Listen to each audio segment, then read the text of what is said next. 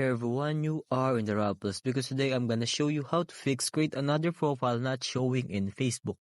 So without further ado, let's get started. Alright, so Facebook gradually rolls out feature. So the create another profile option may not be available to everyone yet. If you don't see it, it could be mean because Facebook hasn't activated it for your account or region yet. So if you are using outdated version of the Facebook app, the feature may not appear. Make sure you have the latest version of the app installed. Head to the App Store or Google Play Store, search for Facebook, and update if it's needed. The Create Another Profile feature is only available for personal accounts. If you are using a Facebook page or another type of account, this option won't be available. Ensure you are logged into a personal Facebook account to access it. So how will you know if you have this?